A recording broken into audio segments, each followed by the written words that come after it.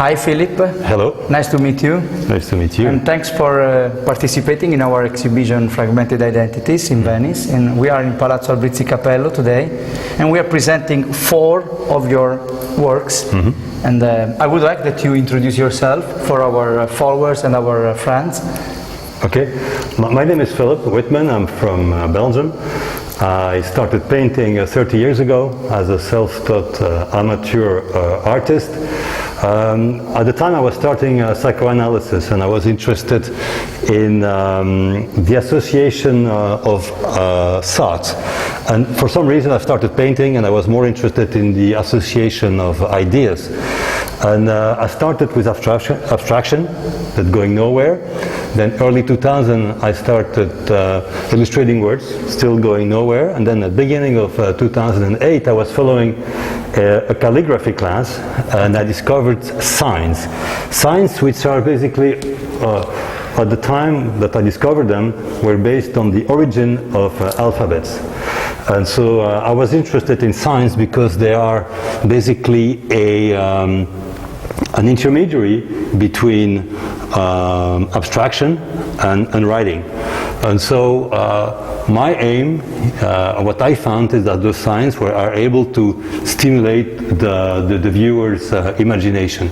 And this is... and there are symbols inside, because there are signs, but they create some symbols. Exactly. My aim is to stimulate every single one of these is a sign, usually based on the origin, for instance, of the Chinese alphabet. Okay. And I bring them together. You mix together, then creating new shapes and new signs. Exactly. By bringing them together, I create new signs as well. And my aim is to stimulate the viewer's imagination. This is why I put a color, a title, and hopefully the viewer's imagination will be stimulated. It's really an interesting research that you are bringing on, and I love the way you represent them, and you put on the paper or on the canvas, and the colors. What about the color? Because I see that some signs and some symbols are in red, other in black, or they are with different colors. There is a meaning behind, or it's only an aesthetic decision? It's basically an aesthetic decision, but my aim is to bring the viewer's imagination every time somewhere else. And so there are different ways of assembling those signs. This is a way, or this is a way, but they are always the same sign that are being assembled. And they create a new alphabet.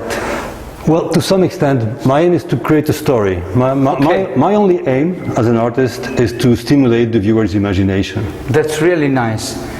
Congratulations, because it's in my way of perceiving the works, it's like a new language of an abstract language of symbols and signs. Exactly, and my aim is that everybody can read them and interpret them in a different way. In a different way, and this is why I try to put I try to give a little hand to the viewer's imagination by giving and a they title bring together well. inside of it. Exactly. That's great. Where are you based? Well, I'm based in Brussels, Belgium. I did my first solo exhibition in 2019, which went very, very well. And then in September 2020, I became a full-time professional artist. Great. Are you working on some new works in this period? Well, right now what I'm doing is, of course, I try to know that I'm a professional artist. I have more time to work on creation. But at the same time, right now, to give you an idea, I'm presenting my work in a psychiatric hospital where I am leading, how do you call that? When I'm leading creative workshops with patients. With patients. And I asked them basically to replace, not to use my signs, but use the alphabets, 26 letters. Everybody can use 26 letters. And I'm telling them, you know, whenever you ask someone to do something nice, something beautiful, it's going to put a lot of pressure on people. However, if you ask them, you know, take those 26 signs and try to do something with them and stimulate your own imagination. Their own imagination. it helps everybody to do something, you know. And to open. And to open, exactly. Because my point of view is that we all live in boundaries. Boundaries that are based on their education, on their culture, on their successes, on their failure. And whenever I ask those patients to use signs, it really, and to try to do something, it can open up. Because my modest opinion, it's a belief, is that by using their imagination, people can open up and try to get outside of those borders. And I plan to do the same thing in a prison in the coming months.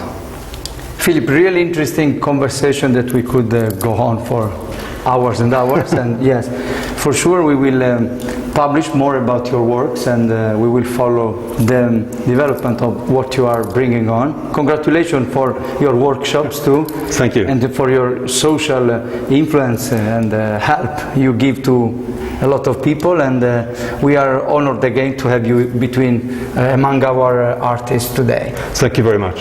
You're welcome.